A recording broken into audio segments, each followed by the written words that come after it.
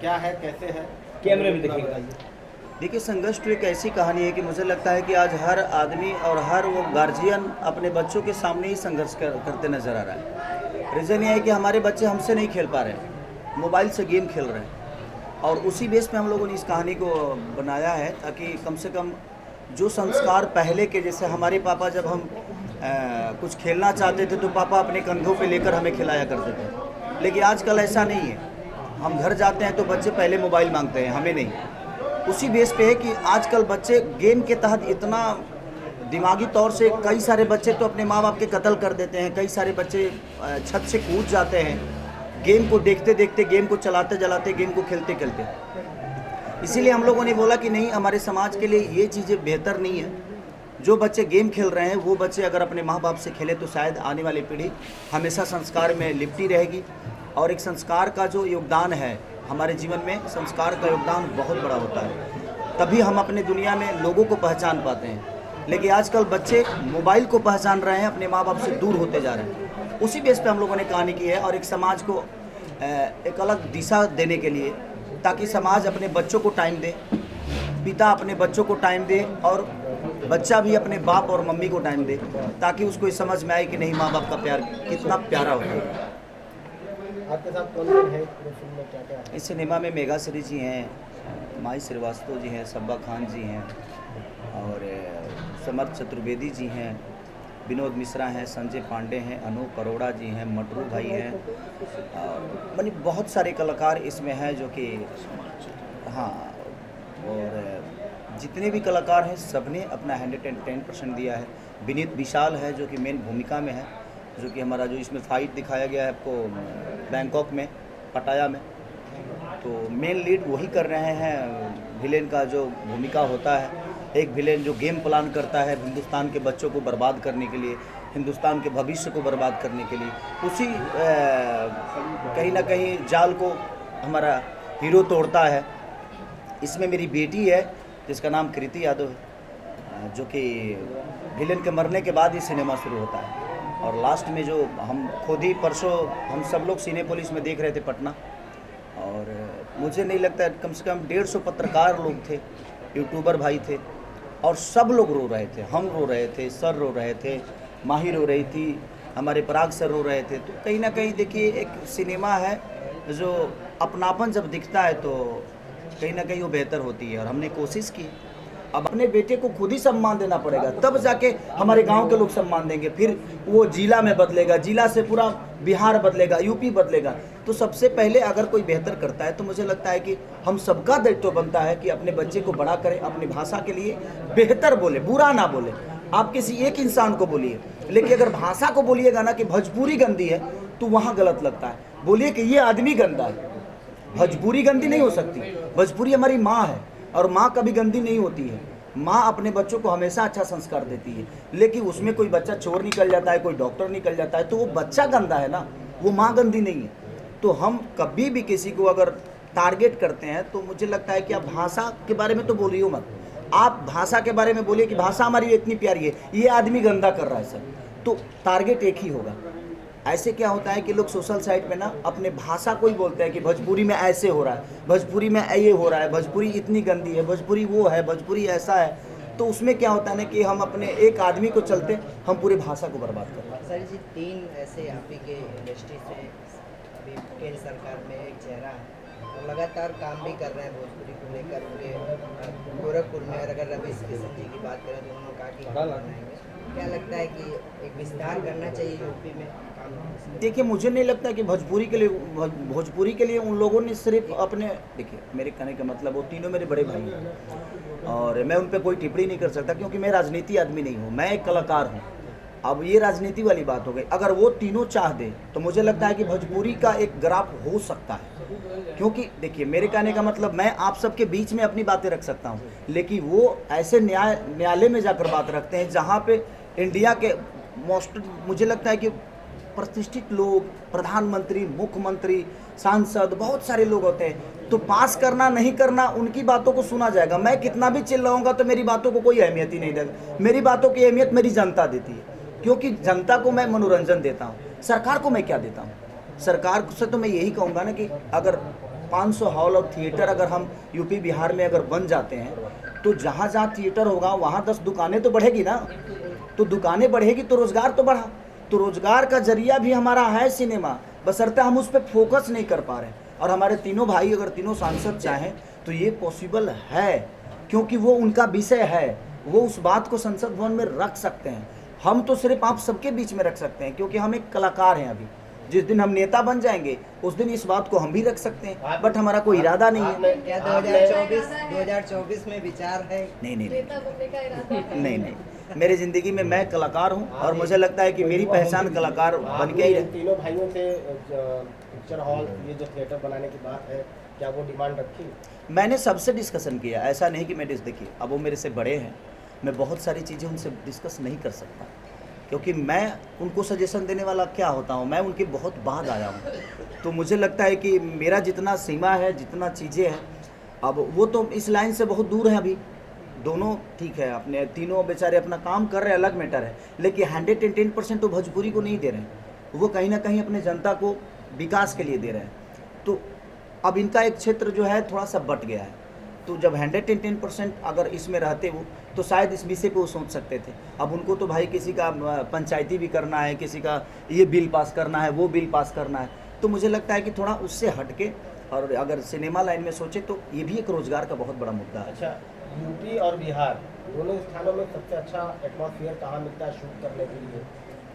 देखिए, साधन जहाँ भी मिलेगा आपको, मेरे कहने का मतलब कि अगर सरकार का अगर देखा जाए तो अगर सपोर्ट, अगर हमें सरकार का सपोर्ट यूपी में मिलता है तो हम लोग लगातार, और सब्सिडी भी है, तो कहीं ना कहीं यहाँ पे ज़्यादा आदमी कंफर्टेबल हो पाता है। क्योंकि अगर मूवी में थोड़ा सा ऊपर नीचा भी हुआ तो सब्सिडी से लोग अपना जो खर्चा है वो निकाल लेते हैं। तो एक साधन बना, तब जाके आज यूपी में Hindi movie, Bangla movie, Punjabi movie या भोजपुरी की जितने भी कलाकार हैं, ऑलमोस्ट हर आदमी काम कर रहा है। ये तो एक प्रश्न सर की जो एक बार इस सिनेमा को ज़रूर देखिए, तब आप समझ पाएंगे कि नहीं, भोजपुरी बदल रही है।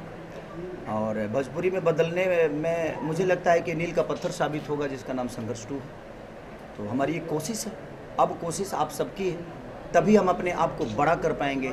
थिएटर थोड़े कम है हमारे पास, और हम सरकार से भी अपील कर रहे हैं कि हम सामान तो बेहतर बना रहे हैं, लेकिन बेचने के लिए हमारे पास दुकान नहीं है। तो बस थिएटर जो बंद हैं कम से कम वो खुले, और कोई नई निर्माण हो थिएटर के लिए, सिनेमा हॉल बने, थिएटर बने, मल्टीप्लेक्स बने, तब जाके शायद हम अपने आप को भी 200 करोड़ 300 करोड़ की सपना देख पाएंगे। क्योंकि हम सामान तो अच्छा बना लेते हैं, बट हमारे पास बेचने के लिए दुकान नहीं है, और चीज़ें तो दुकान में ही बिकेगी। तो इसीलिए सरकार से भी मैं यही रिक्वेस्ट करूंगा कि प्लीज़ थोड़ा सा ध्यान दिया जाए। इंटरटेन भी एक ऐसा साधन है जो रोज़गार का बहुत बड़ा साधन है। लगातार हम लोग यूपी में शूट तो कर लेते हैं, लेकिन सिर्फ सब्सिडी के भरोसे चलाने के लिए हमारे पास थिएटर ही नहीं है। तो मैं सरकार से, यहाँ के भी, बिहार के भी सरकार से यही अपील करूँगा कि प्लीज़ आप थोड़ा सा थिएटर के लिए आप लोग थोड़ा सा ध्यान देंगे तो हम भी 200 करोड़ 300 करोड़ का धंधा कर सकते हैं, और हमारे पास दुकान होगा तो हम अपना सामान बेहतर तरीके से बेच सकते हैं। सर, इस फिल्म में आप अन्ना यानी सुनील शेट्टी की कुछ रोल में कुछ दिखाई दे रहा है? नहीं, मैं कि सारी सुनील शेट्टी नहीं मैं एक्चुअली मेघाश्री का जो इस सिनेमा में रोल है, ये साउथ से हैं, तो मेरी जो शादी इनसे होती है वो साउथ कल्चर के हिसाब से होती है। क्योंकि मेरे माँ बाप इस सिनेमा में नहीं है, मैं एक अनाथ हूँ, और मैंने अपने मेहनत से इस चीज़ को बड़ा किया है, और हमारा इनका प्यार होता है। तो ये साउथ से हैं, इसलिए हम साउथ कल्चर को कल्चर से ही शादी इनके साथ हमने किया है। तो अन्ना नहीं हूँ, बट साउथ कल्चर में हमारी शादी हुई है इनके साथ।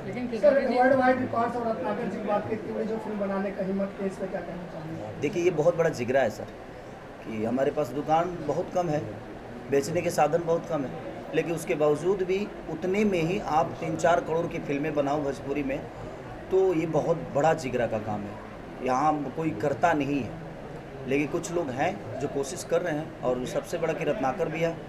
तो इनसे मेरा कभी डायरेक्टर और हीरो वाला रिलेशन रहा ही नहीं, एक फैमिलियर रिलेशन रहा इनसे, और मैं कुछ भी बेहतर होता है तो इनके पास लेके जाता हूँ कि भैया ये चीज़ें आप ही बना पाएंगे, क्योंकि हर चीज़ हर आदमी के लिए नहीं बनी है। कुछ लोग हम अच्छी कहानी लेकर भी जाते हैं, लेकिन उसमें ना कैनवास होता है और ना ही उस सिनेमा का जो चाहिए, जो ज़रूरत की चीज़ें हैं वो मिल नहीं पाती हैं। लेकिन इनके पास आने के बाद वो हमारी सारी ख्वाहिशें पूरी हो जाती हैं। इस फिल्म की शूटिंग कहाँ का आपने किया था? विदेश में किया और यूपी में किया? हाँ, हमने इसका शूटिंग बैंकॉक में किया, पटाया किया, उसके बाद पूना में किया, फिर यूपी में किया, तो 4 गोरखपुर में। तो कहीं ना कहीं कोशिश है कहानी को जो मैं लोकेशन चाहिए थी हम लोग उस लोकेशन पे जाकर शूट किए, तो ये इसकी ब्यूटी है। नहीं हॉलीवुड की मूवी है। अच्छा। अच्छा, या रैम्बो भी कह सकते हैं, रैम्बो से भी नहीं तो हम कभी मत देखेंगे, नहीं देखेंगे। अंग्रेजी मूवी तो हम लेकिन देखते ही नहीं। देखिएगा, बिल्कुल यही टर्मिनेटर में सेम टू सेम। हाँ, तो अंग्रेजी मूवी तो हम देखते ही नहीं, क्योंकि हमारे समझ से बाहर की बात है। हम तो भोजपुरी और हिंदी में ही घुसे हैं भाई, और उसी में कोशिश करते हैं कुछ बोल लेने की। और हमारे लड़का बच्चा देखे लन जा, टर्मिनेटर जिसकी बात कर रहे हैं, वो सब लड़का बच्चा देखे लन जा, भोजपुरी भी देखे लन जा। ऐसे हमारे घर में हम जब रही ले तब तक ले भोजपुरी बोलल जाला, हमारा लड़का भी इंग्लिश मीडियम में पढ़ लन जा, लेकिन कबो हमारा सामने अंग्रेजी ना बोले लन जा। तो कोशिश हमारा रहेला जा हमेशा अपना भाषा के जहाँ भी अपना घर से ही शुरुआत करी जा। तो कोनो भी काम और शुभ कार्य अगर घर से रुआ शुरुआत करत नहीं तबे जाके बाहर संदेश दे सकिले रुआ। तो अभी ये है कि पूर्वांचल में या बिहार में या पूर्वांचल ही कह सकते हैं, और पूरी को बढ़ावा देने के लिए और क्या क्या आपको तरह तरह से कोई प्रयास होना चाहिए? देखिए, मैं क्या बोला कि हमारे पास एक ही माध्यम है, सिनेमा, संगीत का माध्यम है। हम संगीत से जितना बड़ा कर सकते हैं, लेकिन संगीत को बड़ा करने के लिए किसी भी सरकार को बनाने के लिए जनादेश तो चाहिए ना। तो सिर्फ एक नेता का ही दायित्व नहीं बनता है अपने राज्य को बड़ा करने के लिए, हम सबका दायित्व बनता है जब अपने राज्य को बड़ा करें, हम अच्छी चीज़ों को प्रमोट करें। अच्छा नेता चुनेंगे तो आपका विकास होगा, अच्छी फिल्मों को आप प्रमोट करेंगे तो मुझे लगता है हमारा भाषा भी प्रमोट होगा। मुझे खुद को प्रमोट करने के लिए मैं मूवी नहीं करता, मुझे लगता है कि मेरे साथ मेरा भाषा जुड़ा हुआ है और मैं अपने भाषा के साथ जुड़ा हुआ हूँ, क्योंकि खेसारी ने भाषा को बड़ा नहीं किया, भाषा ने खेसारी को पैदा किया। भोजपुरी में मैं आया हूँ, भोजपुरी मेरे से नहीं आई है। तो मुझे लगता है कि हम सबका दायित्व बनता है कि अगर बेहतर कुछ अगर हम कलाकार बंधु करते हैं, चाहे वो कोई भी कलाकार हो, हमारे भोजपुरी के जो भी कोई भी हीरो हो, कोई भी कलाकार हो, कोई भी आर्टिस्ट हो, अगर वो बेहतर करता है तो मैं सबको बोलता हूँ कि प्लीज़ आप सबका भी दायित्व बनता है, जनता का भी दायित्व बनता है कि अगर कुछ बेहतर आती है तो आप दुनिया को बताओ। हमारी कमियों को आप अगर फेसबुक पर डालते हो तो अच्छी बात है, हम सुधारते हैं उसको, लेकिन अगर हम बेहतर करते हैं तो मुझे लगता है कि उसको भी आप प्रमोट करो ताकि बेहतर भी हमारी चीज़ें दुनिया में जाए। और बाकी सोशल साइट जो है वो सिर्फ बिहार के लोग ही नहीं देखते, मुझे लगता है कि ऑल ओवर इंडिया देखता है इसको, आउट ऑफ इंडिया भी देखता है। तो मेरे कहने का मतलब सिर्फ बुराइयों को ही अगर प्रमोट हम करेंगे तो लोगों के नज़र में तो वही चीज़ें जा रही है ना कि हाँ यार खेसारी लाल गंदा करता है, यार ये कलाकार गंदा करता है, भोजपुरी की चीज़ें गंदी हो रही है। लेकिन जब हम अच्छा करते हैं तो मुझे लगता है कि अच्छा भी आप प्रमोट करो ताकि दुनिया को ये भी पता चले कि नहीं यार सिर्फ वहाँ गलत नहीं होता है, अच्छा भी होता है। क्योंकि देखिए, अच्छा और गलत हर डिस्ट्रिक्ट में है, हर जिला में है, हर राज्य में है। ऐसा नहीं कि सिर्फ बिहार में के लोग ही गलत करते हैं, पंजाब के लोग भी गलत करते हैं, तो वहाँ के लोग तो ऐसे नहीं करते। अगर वो अच्छा करते हैं तो हर आदमी मिलकर उसको प्रमोट करता है कि नहीं भाई हम अच्छा। तो बुराई को 5% रखिए और अच्छाई को 95 पे रखिए, तब जाके हमारी तारीफ होगी। अगर हम अपने घर के बच्चे को अगर प्रोत्साहन, थोड़ा फिनिशिंग लाइन हुई है, थोड़ा सा मतलब और ग्राफिकली अच्छा दिखाया गया, तो मानते हैं कि मतलब अब रुझान ज़्यादा बढ़ा है भोजपुरी फिल्म की तरफ। देखिए ज़िंदगी में कोई भी चीज़, दरवाजे साफ रहेंगे ना तो हर आदमी बैठना चाहता है।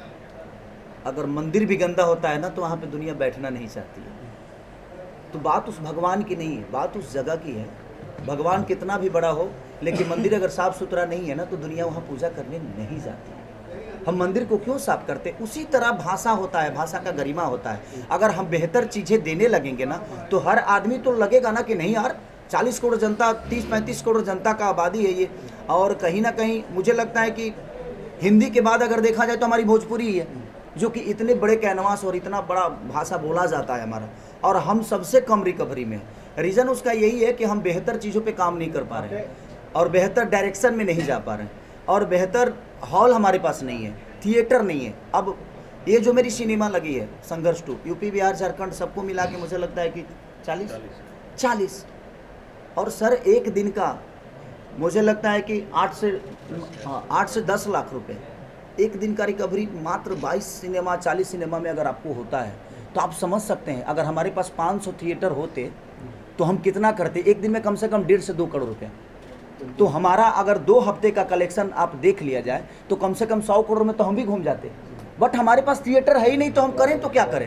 नहीं, फिर भी रुझान बहुत ज़्यादा बड़ा है, मतलब बॉलीवुड से आप भोजपुरी फिल्म में रुझान बहुत बड़ा है। इसको क्या मानते हैं? बिल्कुल, पहले सर 60 लाख 70 लाख में सिनेमा बनती थी, आज 3.5 करोड़ में बनाया ना इन्होंने। तो 3.5 करोड़ जब लगेगी तो सर तो उस मूवी में ही लग रही है ना, तो हमारा कैनवास तो बड़ा दिखेगा ही, हमारी पर्सनालिटी अच्छी दिखेगी, हमारा पहनाव ठीक दिखेगा, हमारा फाइट अच्छा दिखेगा। हम पहले एक दिन में 2 फाइट करते थे, हम एक दिन में 2 गाने करते थे, लेकिन हम आज एक गाने को 3 दिन में करते हैं, हम एक फाइट को 4 दिन में करते हैं। तो जब आपको टाइम मिलेगा किसी चीज़ के करने के लिए तो आप बेहतर तो करोगे ही।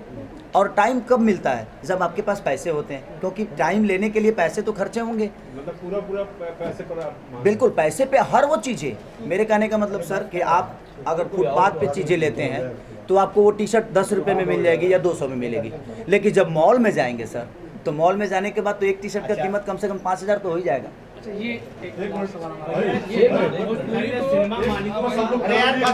बड़ा इशू था, क्योंकि समुंदर में हम आज तक कोई बाइक चलाए नहीं, और अचानक से मुझे 20 मिनट में वो बाइक चलाना था, क्योंकि टाइम बहुत कम था। Without fight master, without safety, 30,000 गहरा फीट वो समुंदर, उसमें आपको उतर जाना वो तो रिस्की था, बट सबकी हिम्मत मेरे पास थी। और सबसे बड़ा रत्नाकर भैया की, क्योंकि 20-20 वो पानी बाइक को लाना वहाँ पे, क्योंकि हर पानी बाइक अगर 3 घंटे के लिए लोग देते हैं तो उनका बहुत एक बजट होता है, और उसमें 20-20, 25-25 बाइक हमारे पीछे दौड़ रही है, तो वो खर्चीला सब्जेक्ट भी था, और सब वो सीक्वेंस ही बहुत खर्चीला था। और सबसे ज़्यादा खर्चा तो मेरे जीवन का था, जे अगर पानी में थोड़ा बहुत ऊपर नीचा होता तो बस दूसरा ही खेला होता।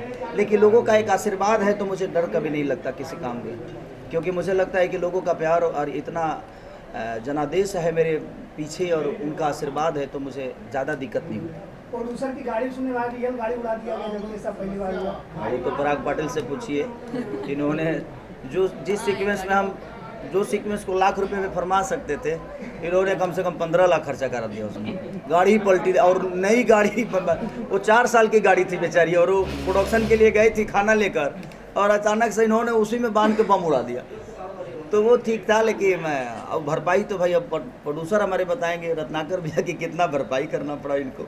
एक रियल गाड़ी क्यों उड़ाना पड़ा?